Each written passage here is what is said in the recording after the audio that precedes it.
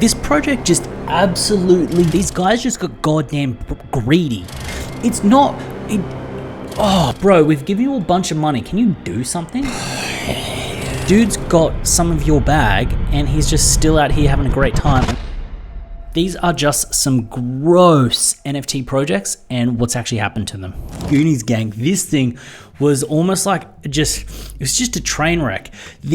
So basically, this thing minted at 0.15 and it's currently at 0.011. This thing, and this is when ETH was around like sort of $2.5 grand. So this is like a $350, around $300 NFT. So it was just nuts. And you can see here, it minted at sort of the 0.15.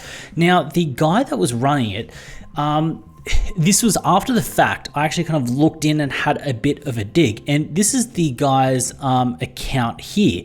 So he actually joined in December 2021. Now, he launched Goonies Gang the marketing for it in January, so almost like a month later. And what's crazy is that when you actually go in and have a look at what some of his first purchases were, My Pet Hooligan, Little Lemon Friends, Pudgy Penguins, all that kind of stuff. This is what he bought in to then have a trading account to then make it look like he was a degen and knew everyone in the space, which then kind of gave a little bit of credibility to Goonies Gang. Now, look, full disclosure, when this came out, I did a video on it, kind of looking at it, breaking it down, showing off all of the different points and pieces. Yeah, look at that guy. Just kind of doing that because everyone was speaking about it, a little bit of an investigation, but didn't know where it was going to go. But the reason it was a train wreck, on their website, so this is the Wayback Machine because their website's not currently open. When you come down here, this was the sussest stuff ever. So basically they had a carousel of people's names and quotes that people had put in there. But the thing is, they didn't actually have people that... They didn't ask permission for this. They literally just some of them just made up quotes. Like, look, you can see right here. I was like a little bit shocked. It's like right here, we've got NFT Nate. Goonies is so damn hot. I'm excited for this project. They just everything that was done on this project, it seemed a little bit off. So look, another reason that it was a train wreck is they had this happened back in January, like early 2022. They had this thing where there was a loopable sort of code in the contract. Basically, you could mint something on the whitelist. If you then sold it or transferred it out of that wallet, you could mint again. Now, projects would do this and say it was a mistake, but it's never really a mistake because if they get to sell out, they don't really care. They make that money. So what ended up happening is I actually had a whitelist spot and I gave some whitelist spots to my friends. And what he ended up doing is when I found out that it was that transfer thing, I kind of sold instantly because that's usually just it's going to be bad. I think I made 0.02, 0.03. Literally, I was like, cool, I'm flooring it. I'm out. I don't want to do it. My friend, he thought this would be a fun idea. So what he ended up doing is he minted one, sold it, then minted another, sold it, minted another, sold it. And these were 0.02, 0.03 at the time because minted at 0.15 and it was selling for a 0.18, 0.19. Once you take in the fees, gas, all that kind of stuff, it was 0.01, 0.02. And I'm sitting there and it was 3 a.m. my time. And I'm like, dude, don't mint it. It's dangerous because you could be left holding the bag. He's like, yeah, I won't do it. And I'm on another call with another friend. So we're literally just doing a call. It's about 3 a.m. there. And I'm like, okay, cool. You sold? He's like, yeah, you sold. Then it was eerily quiet. And I'm like, what are you doing? And he's like, nothing. I'm like, did you just mint another Goonies? And he's like, no. I look up his wallet, check ETH, scan, refresh it, and it says whitelist mint pending. I'm like, dude, what are you doing? He gets it, then sells it, and I'm like, look, don't do it. You're going to be a bag holder. I don't want you to kind of hold it if it goes down. He's like, yeah, okay, cool, I won't do it. Then he's just quiet for another 5 seconds. I'm like, you just minted another Goonies, didn't you? And he's like, yep. And I have a look again, mint another Goonies. This dude, he ran it about 4 or 5 times. He ended up making 0.18, which was $250, which is good. He did all right. But it was that was just chaotic. It was maniacal. Just everything about this project, I don't want to FUD them because right now they're a part of this Confluence world thing. And look, to their credit, they're still retweeting, still doing stuff. 9 hours ago, they're retweeting some stuff. They're still putting things out. There is a community around it. And then this is what they're a part of. The Confluence, a community-led universe, like metaverse type thing. I don't know how that works, but when everything just sort of came together, the fact that you had the sort of founder of the project really just getting into the space really fast, like essentially joining a month beforehand, raising a bunch of liquidity. It was 8,888, had essentially $300. God damn, well, if I just run the numbers right now, I go, I ended up making sort of 1,300 ETH. Like even at today's prices, that ends up being, two and a half. So they made like $3 million. And what's ridiculous is they haven't really done anything with it. Like they said they were going to have a game. They said they were going to do this. Said they were going to do that. Never did. This is just what the space is. Just a whole bunch of grifters, a whole bunch of people coming in, making promises, raising a bunch of funds, buying some shit. And then also, no, like here's the other thing with the founder. He's still trading. 4 days ago, doing some sort of sold a Sappy Seal, sold a Pudgy. He's still active and doing things. And it's just like, dude's got some of your bag and he's just still out here having a great time. And there's people out here just straight bag holders. So don't want to be flooding on Goonies, but man, that thing was a train wreck. Now look, this project just absolutely just irritates the hell. I can't swear because I don't want to get demonetized, but Antonym, this thing, oh God, this just makes me angry. The reason Antonym makes me angry is the fact that they mint it. So like the floor price is like 0.008. So like it's under 0.01. So it's essentially dead. The thing is, this minted in February, I think it was like February or March, like 1st of February, I think. The thing is, they've had a year and a half and they're meant to ship out these physical goddamn toys. Like that's just it. Their whole thing was, hey, we're going to sell a project out, we're then going to build these things in China and then we'll ship them out. It's been a goddamn year and a half. Like in that time, I've moved twice. I like sold a house, bought a house, moved a couple times. Like I've done a bunch of crap with my life and these guys can't even just get manufacturing done in China. Oh, and to rub in that point, the fact is you still had to pay for shipping as well. So there's a whole bunch of people that have paid for shipping for things that have just taken way too long. So the reason that this absolutely sucked from the get-go is when they launched, they just didn't do a simple launch with a fair mint price. They ended up going like with some random Dutch auction-y type thing. It was just disgusting. And here is where it just got terrible. They were minting out the sort of whitelist at a 0.18, so almost like a 0.2, which is fine, yeah, great. Then they decided to do the public at a Dutch auction, 20% above the floor, dropping. Now that is just, after Azuki did a Dutch auction and they essentially sold out at 2 ETH, every project thought that they could do a Dutch auction and make an absolute bag. These guys just got goddamn greedy, which then meant that it just killed the secondary market because in theory, it sounds all right because things can get swept up, but no one's going to do it. Like a Dutch auction is a terrible idea. Have one singular price. Don't have two prices. Have one price. Whitelist gets in early. They can then make that decision. Then you go straight to public. Then it would have had a bit of a run.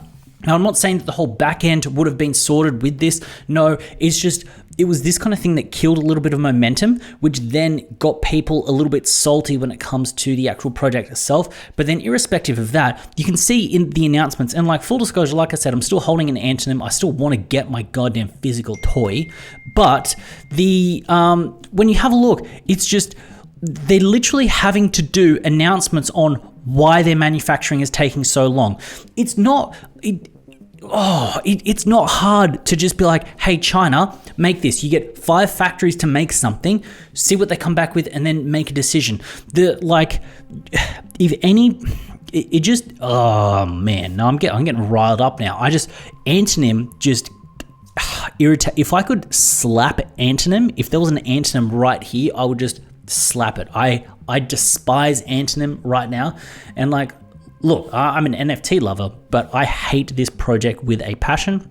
Like, I don't give a crap about these guys with these big physical pieces. Okay, cool, great, awesome. They've mostly, like, to get these, you had to have 100 of them. Like, it's just disgusting. So yeah, look, it might change when I have a physical thing and I actually do an unboxing, but I really don't, like, I'm just not excited, not kind of pumped for this. Like, no, I'm done. Now, the train wreck of all train wrecks when it comes to NFT projects, squiggles. Now, it shouldn't be confused with chromie squiggles, because that's a good squiggles.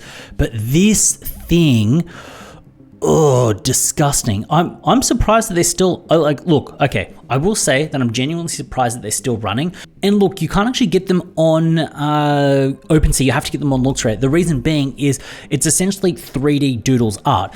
And Doodles actually put in like a cease and desist, something like that, which then ended up kind of killing the momentum because it was never going to, I think it started on OpenSea, got a few sales, and then at that point got taken down off OpenSea. But what was crazy about the Squiggles thing is there was actually a dossier that went out by someone saying the Squiggles team were ruggers or something like that, and that kind of spread a whole bunch of FUD on this project itself, which was crazy.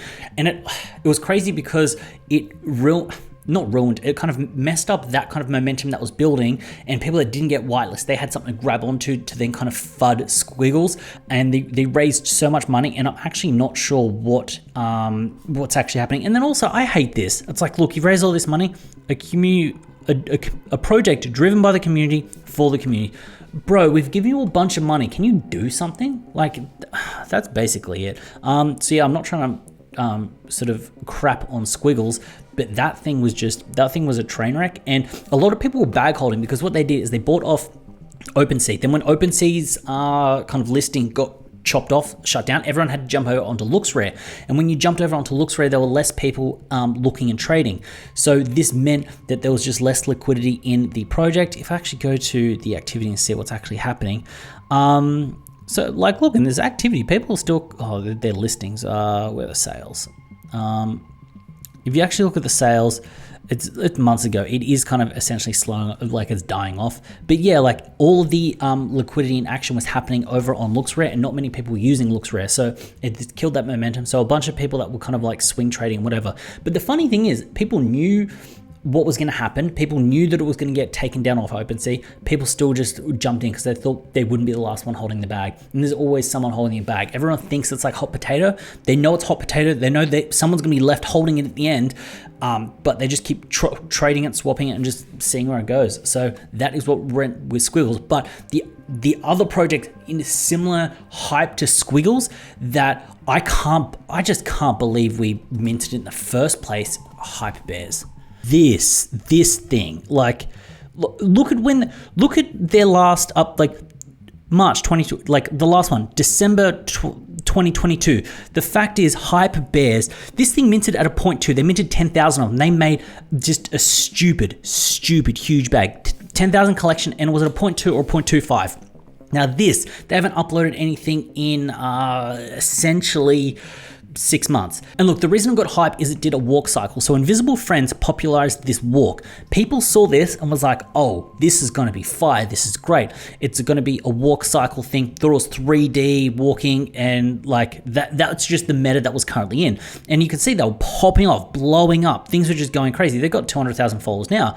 Then what happens is we get this. It literally just this like cheap, like, what is this? Like, what is this? And you're going, it's essentially sitting at a minted at 0.25. Actually, let's jump in and have a look.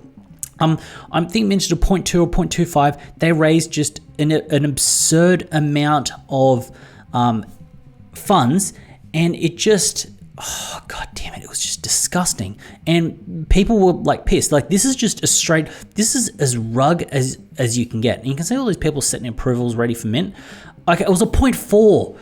Oh my god, they raised like 4,000 ETH. Oh man, what was that? Oh my god, it's fucking like 7.5 million. They raised 7.5 million off the fact that there was going to be this cool art like this, and then we ended up with this. So there was just so much money. And then if you have a look at the secondary as well, in terms of what they did sort of 15,000 ETH, and they've got a 5% royalty. So that's another 1,000 ETH at least that they've kind of done.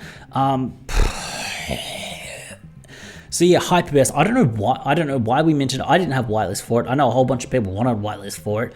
Well, because we didn't. Well, granted, we didn't know what it was going to be, but as if spending $500 or $600 was going to be worth it. The speculation. Now, look, to kind of give anyone benefit of the doubt, even though we just complete degenerates anyway. The reason that people wanted this is they thought this is going to be the next cause. This is going to be the next Bear Bricks.